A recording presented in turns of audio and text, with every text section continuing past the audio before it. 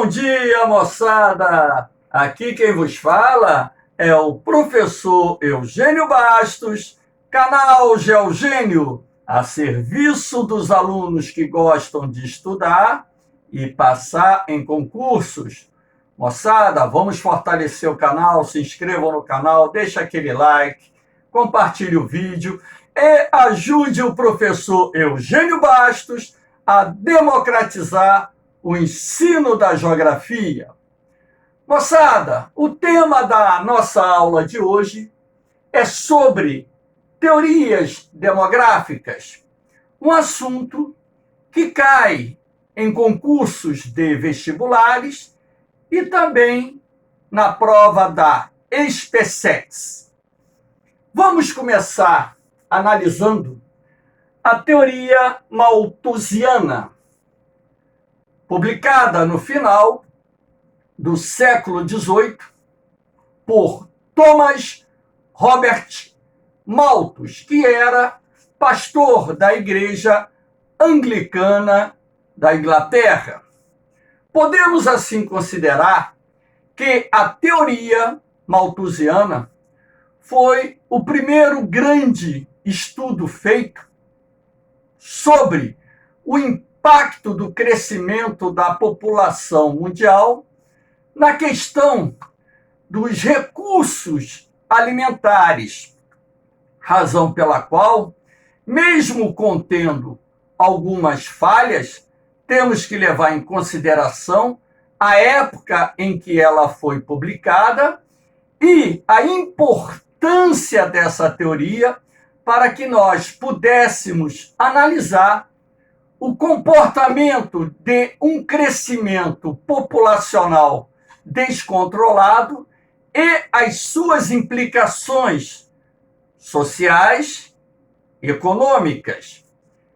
Thomas Robert Malthus, no seu postulado teórico, disse o seguinte: se o crescimento da população não for contido por calamidades naturais, epidemias, guerras, fome, esta duplicaria a cada intervalo de 25 anos através de uma progressão geométrica.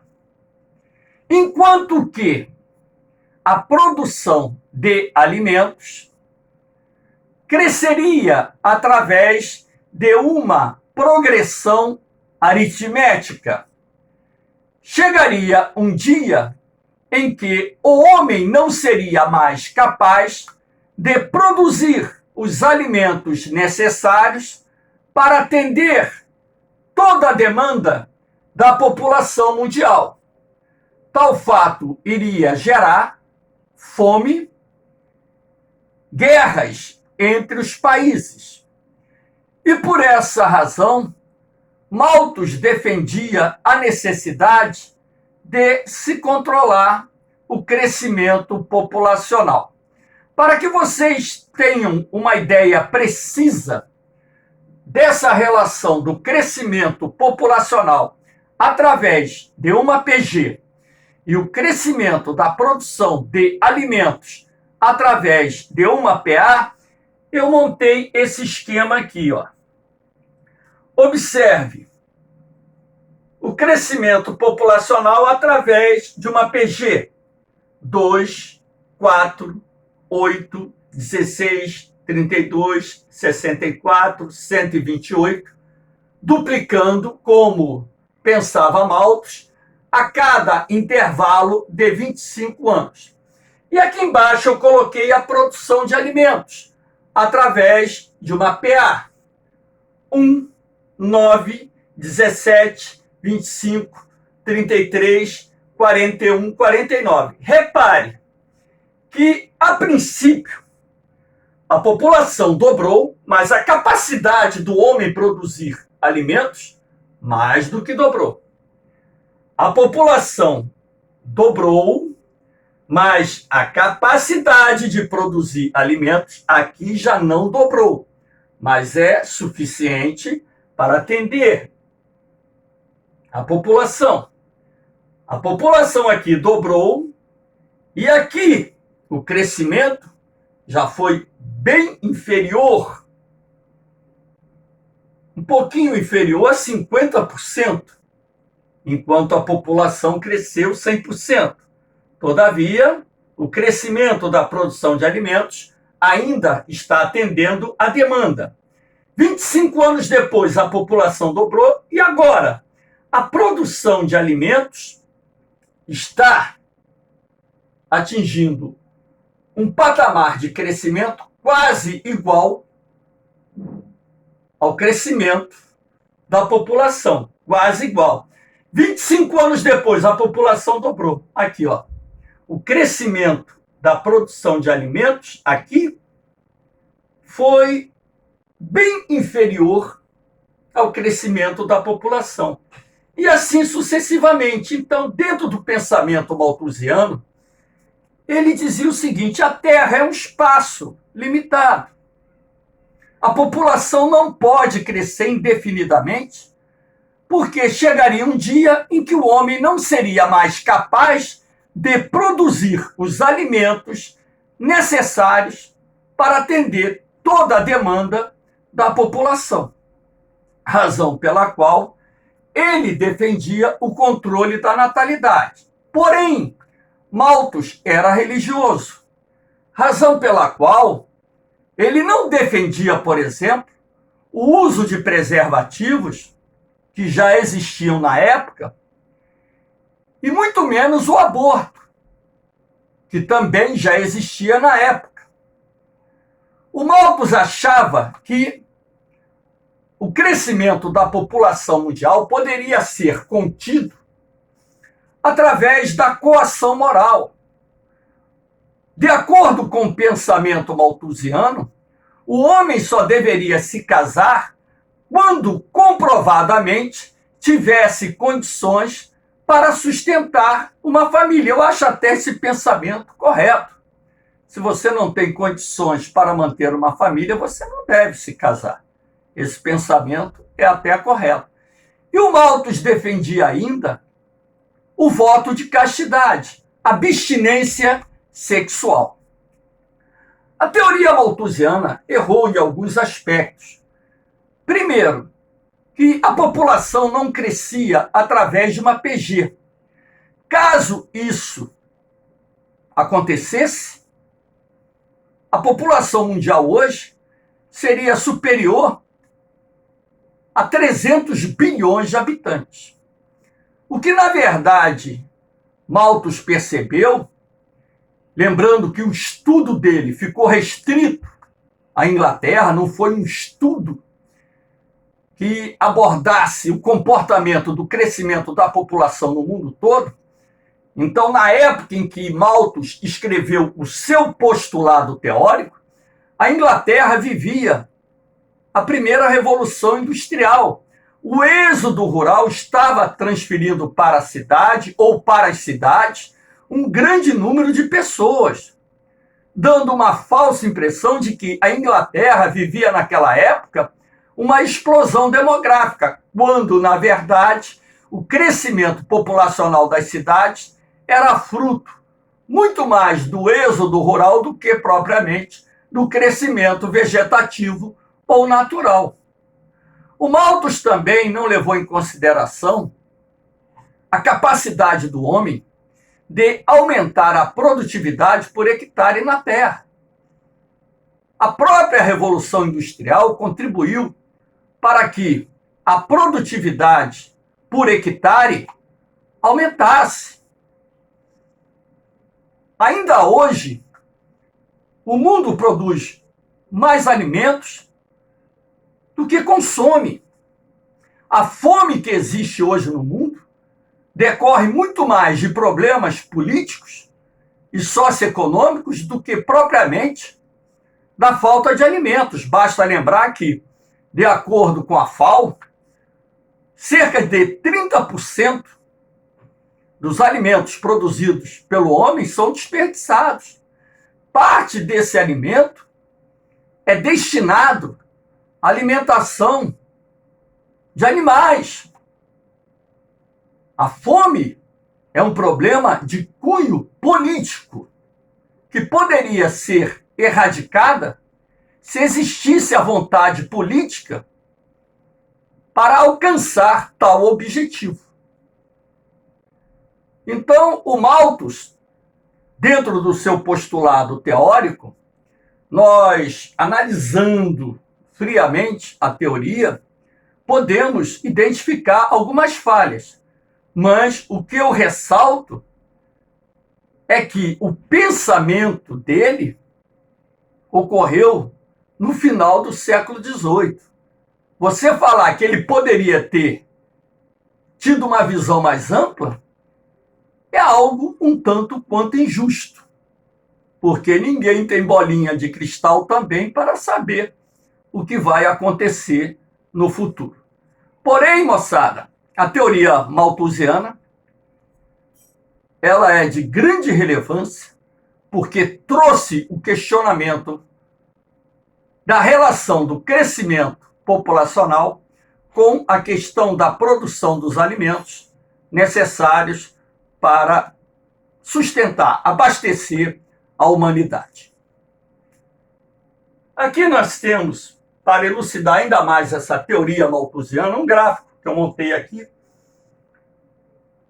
O vermelho corresponde ao crescimento populacional.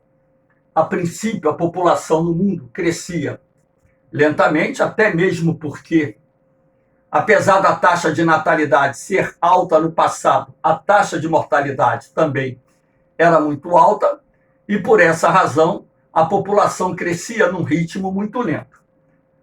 Todavia, nos últimos 200 anos, esse ritmo de crescimento da população foi aumentando, porém, a produção de alimentos não acompanhou esse ritmo de crescimento da população mundial.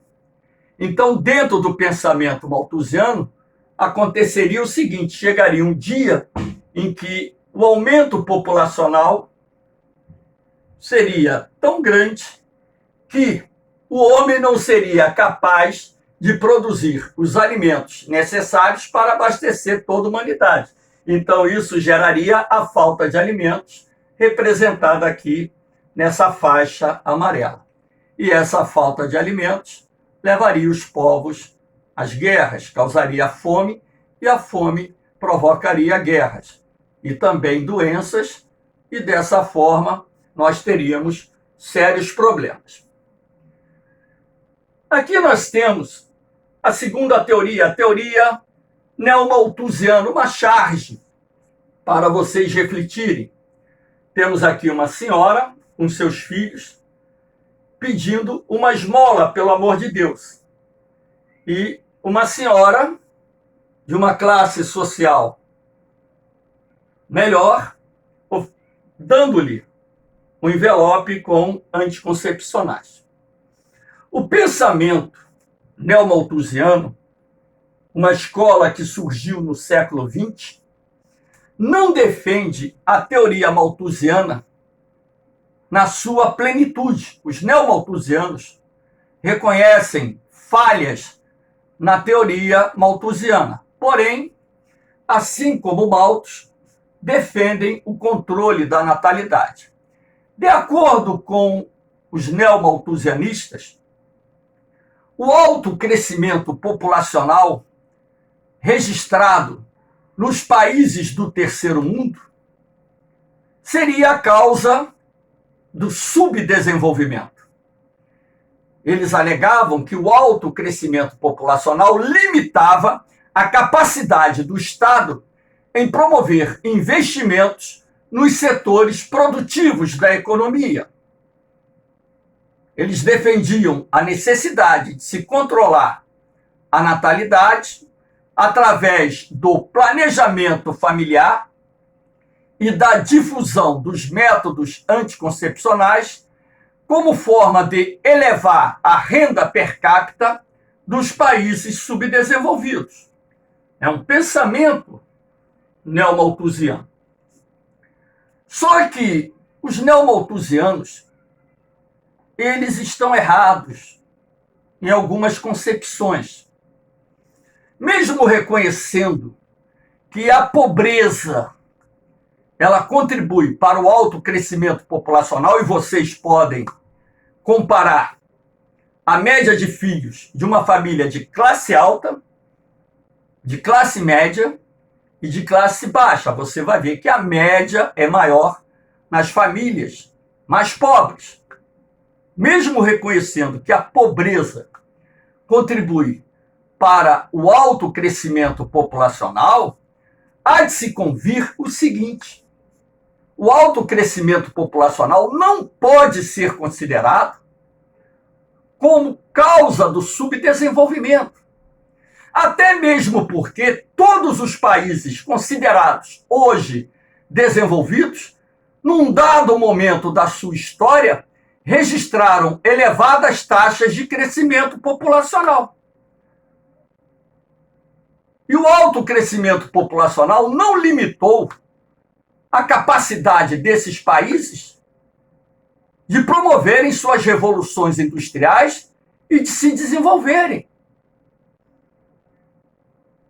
Na verdade, o alto crescimento populacional não é a causa do subdesenvolvimento, é a consequência.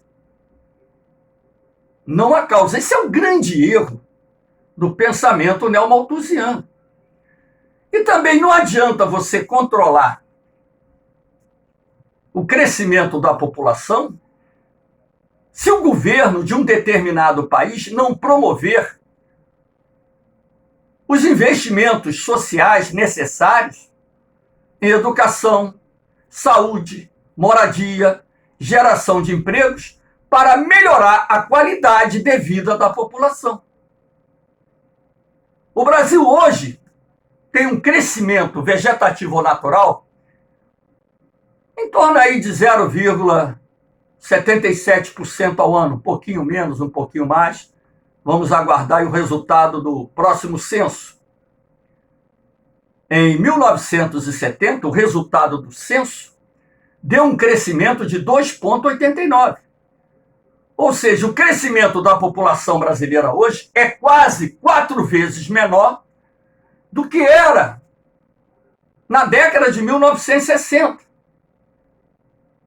Isso se refletiu na melhoria da qualidade de vida da população? Pelo contrário, o pobre ficou mais pobre ainda. Porque nesse país, excetuando-se um curto período, que se estendeu de 2003 a 2014, quando a renda média do brasileiro subiu, esse país tem um histórico de políticas que geram concentração da riqueza. Então não adianta você ter um controle da natalidade se esse controle da natalidade não for acompanhado de políticas sociais que permitam melhorar a qualidade de vida de uma população. Até mesmo porque o melhor contraceptivo que pode existir para a população é justamente as boas condições de vida. Sobretudo, a educação, a geração de emprego e renda, porque, como eu disse, as famílias de maior poder aquisitivo têm, em média, menos filhos do que as famílias pobres. Então, vamos ver aqui. Aqui nós temos frases neomalthusianas interessantes. Essa aqui eu extraí do livro Veias Abertas para a América Latina, que diz: é mais higiênico e eficaz matar guerrilheiros nos úteros das suas mães do que nas montanhas e nas ruas. Essa frase quem disse foi um presidente dos Estados Unidos. Refletindo o que aí? Um pensamento neomalthusiano. Como você mata os futuros guerrilheiros nos úteros das suas mães? Através do aborto, através dos métodos anticoncepcionais, através da esterilização de mulheres. E os países desenvolvidos sobretudo liderados pelos Estados Unidos, promoveram campanhas de controle da natalidade não oficiais em vários países do mundo, inclusive aqui no Brasil. Só que em nenhum momento o governo brasileiro assumiu que estava desenvolvendo uma política de controle da natalidade. Se você pesquisar a quantidade de mulheres nos bolsões de miséria do Brasil que foram esterilizadas nas décadas de 1970 e 80, é algo assustador. Então, meus jovens, uma outra frase neomalthusiana: os países subdesenvolvidos não constituem ameaças militares para os países desenvolvidos, mas temos que tomar providências para evitar que os pobres famintos do mundo invadam nossos territórios. Quem disse isso também foi um presidente dos Estados Unidos numa reunião do G7, o grupo que reúne as 7 maiores economias do mundo. O que ele queria dizer aqui? Que era necessário avançar com as políticas de controle da natalidade nos países subdesenvolvidos, porque na época da Guerra Fria, onde os ideais revolucionários conseguiam ampliar suas bases de apoio, justamente nas comunidades mais pobres. Ora, além disso, a pobreza, a miséria, o desemprego impulsionam fluxos migratórios. De fato, os países subdesenvolvidos não iriam constituir ameaças militares às grandes potências, aos países ricos. Mas o que nós observamos hoje? Que a Europa, os Estados Unidos, são os principais destinos dos imigrantes provenientes de onde? Dos países mais pobres, sobretudo da África, da América Latina e, em menor escala, do sul da Ásia.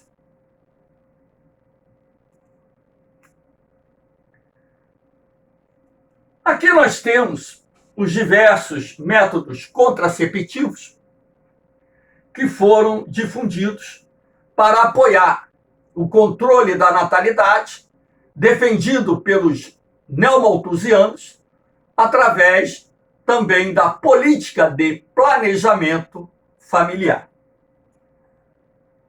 Aqui nós temos a teoria reformista, que também é chamada de marxista. Os reformistas, na verdade, possuem um pensamento socialista e eles contrapõem a teoria neomalthusiana.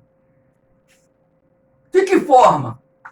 Ora, a escola reformista ela surge também no século XX, quando então nós tivemos um período em que o socialismo se expandiu por vários países do mundo. Os reformistas dizem o seguinte, que o alto crescimento populacional atende à demanda do sistema capitalista. Primeiro, porque a ampliação da oferta de mão de obra reduz o custo da mesma. O crescimento da população gera não só menor custo da mão de obra, como amplia o mercado consumidor, satisfazendo o sistema capitalista. Os reformistas dizem que o alto crescimento populacional nos países do terceiro mundo não é a causa do subdesenvolvimento, e sim a consequência. E afirmam que o subdesenvolvimento tem origens históricas, porque todos os países, ou quase todos os países do mundo, considerados subdesenvolvidos, foram, num dado momento da história, colônias de exploração. Aí se pergunta, como um país pode se desenvolver se as riquezas produzidas são levadas para as metrópoles? O desenvolvimento de qualquer país do mundo depende da acumulação de capitais. Se esses países foram colônias de exploração, criou-se ali um obstáculo ao desenvolvimento econômico, até mesmo porque as metrópoles impediam esse desenvolvimento econômico para manter suas colônias subordinadas aos seus interesses. Então, o que os reformistas defendem? As reformas sociais. Investimentos em educação, saúde, emprego, para melhorar o quê? A qualidade de vida da população. E de acordo com o pensamento reformista, a partir do momento em que a qualidade de vida da população melhora, automaticamente a taxa de crescimento populacional diminui, sem que haja necessidade do Estado em promover qualquer tipo de política de controle da natalidade. Como fez, por exemplo, a China, como fez a Índia e como adotou outros países do mundo.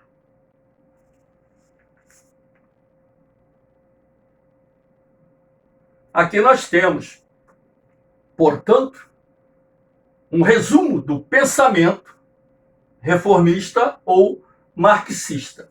Aquilo que eu disse está escrito nesta parte. Aqui nós temos a teoria ecomalthusiana. Os ecomalthusianos surgiram no final do século XX. E essa teoria foi difundida principalmente a partir da década de 1990. A escola surge lá na década de 1970 e a difusão dessa teoria ela ganha força a partir da década de 1990. Eu coloquei essa imagem da Terra com uma mordida, porque dentro do pensamento ecomalthusiano, a população não pode crescer indefinidamente. Por quê? Porque se isso acontecer, chegará o dia em que os recursos naturais do planeta não mais serão suficientes para atender a demanda de toda a população. Então, eles são defensores do controle da natalidade como forma de garantir para as futuras gerações os recursos naturais de que irão precisar para sobreviver nesse planeta. Muito já se diz que a Terra está próxima da sua exaustão no que diz respeito em oferecer os recursos naturais para a humanidade. Muito se diz sobre isso. E os ecomalthusianos são defensores do desenvolvimento sustentável. São ambientalistas. Então, o desenvolvimento sustentável está apoiado naquela ideia de explorar os recursos naturais de forma planejada para que, no futuro, não falte esses recursos para as futuras gerações que irão ocupar esse espaço. É um pensamento até que coerente, correto. Eles não concordam com todos os princípios da teoria malthusiana, mas são defensores do controle da natalidade como forma de resguardar os recursos naturais indispensáveis para atender, no futuro, a demanda das populações que irão ocupar esse espaço do planeta. Moçada, espero que tenham gostado da aula. Dê aquele like, compartilhe o vídeo, se inscreva no canal, ajude o professor Eugênio Bastos a democratizar o ensino da geografia. Porque o canal Geogênio foi criado com um único objetivo: ajudar os alunos que gostam de estudar a passar em concursos. Um beijão no coração de vocês, um forte abraço, fiquem com Deus. Eu vou, mas eu volto. Fui!